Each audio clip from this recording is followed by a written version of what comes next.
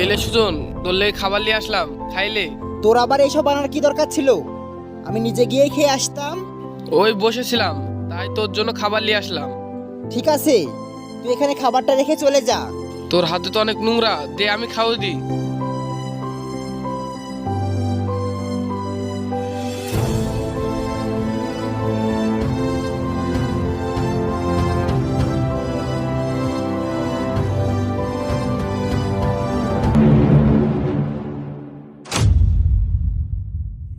কিরে সুজন, কিরে তুই জানিস না আমি মুসলমান পছন্দ করি না? তো এখানে কি করছে? কিরে তুই এখনো যাচ্ছিস না? সুজন, তুই খেলিস। এই সুজন, এসব লোককে আমার দোকানে আসতে মানা করবি।